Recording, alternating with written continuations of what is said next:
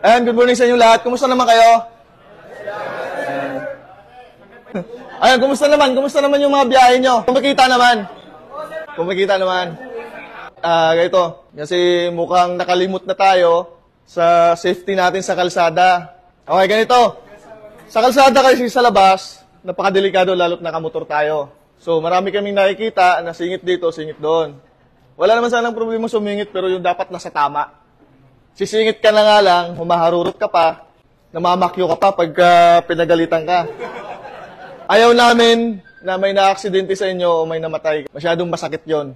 Hindi nyo kami mararamdaman na nasasaktan kung kayo may nawala sa inyo kasi nandito kami sa loob. Pero kung malalaman nyo lang kung paano kami nalulungkot pag may nabalitaan kaming may namatay na biker. Lalo ngayon, mainit. Kaya kung sino yung mga high blood dyan, iwasan nyo muna yung Paris. Magbaon ng maraming tubig. Yung mga energy drink, iwasan nyo yan. Basta gusto lang namin mag-ingat kayo sa labas. Huwag nyo pabayaan yung sarili ninyo. So, lagi nyong isipin na may pamilya nag-aantay sa inyo sa pag-uwi. Sino yung mga anak dito? Oh, marami. Yung mga walang anak daw, pataas ng kamay. Marami din. Anong petsa na? Hindi. Lalong-lalo na sa may mga anak, kawawa yung mga bata pag kayo ay nawala. Tama? Sinong gagabay na lang sa kanila? Kaya dapat talaga lagi nyong isipin yan. Yung kinabukasan nila kung sakaling kayo ay nawala. Kasi pag lagi yung iniisip yan, mag-iingat at mag-iingat talaga kayo.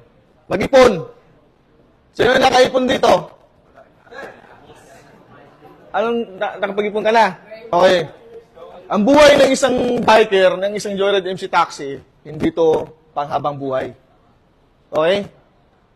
Ito, nandito lang tayo para makapag-ipon. Huwag nyong itanim sa isip ninyo na nandito ka, ito na yung hanap buhay mo habang buhay. Huwag. Magandang hanap buhay to, malaki ang kita kung tutusin. Kaya hindi nga pwedeng minamaliit tayo ng iba eh. Kasi mas malaki talaga ang kita ninyo. Yun nga lang, napakadelikado ng buhay nyo. Kaya hanggat andyan kayo, hanggat kumikita kayo, hanggat buhay kayo, mag-ipon kayo. Pag nakapag-ipon kayo, mag-business naman kayo. Nandito kayo para maghanap buhay. Nandito kayo para sa pamilya ninyo. Hindi kayo nandito para makipag-away sa labas o sa social media na yan. Huwag na kayong sumali sa kanila. Masyadong toxic yun. Tahimik lang tayo. Hindi natin pinapauso rito yung tagapagmana. Ayaw rin namin nun. Kasi ayaw rin namin na magsisiraan kayo mismo, magkakapatid kayo. Siraan dito, siraan doon, wag. Magkakapatid kayong lahat. Dapat nga, sa kalsada, nagpapansinan kayo. Kasi masarap sa pakiramdam na sa labas ka, di ba? Nagbabatian kayo.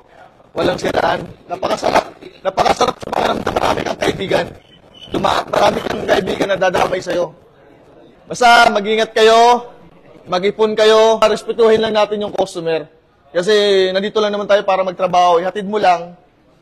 Pipick up mo lang. Pagkatapos nun, wala na. Okay? At sana wag niyong kalimutan yung safety ninyo sa pagbiyahe. Okay? Nagkakaintindihan tayo doon? Yes, sir! Basta, mag-ingat ha. Ayokong may ma-aksidente sa inyo. Wala sanang mamatay sa inyo. Pwede ba yon? Yes. Ayun. Walang ma-aksidente. Pwede ba yon? Yes. Ayun. Mag-iipon na kayo ha. Maraming salamat sa inyo. Sticker. Paubos na yung sticker ko eh.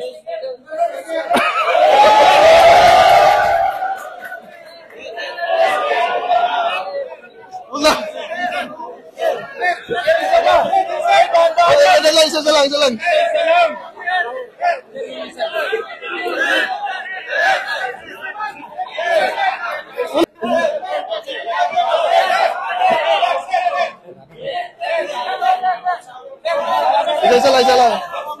Wala na, ubus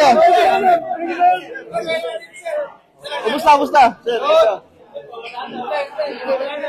oy, wala na. Sorry, wala na, ubus na. Salamat ha. Salamat, ingat kayo.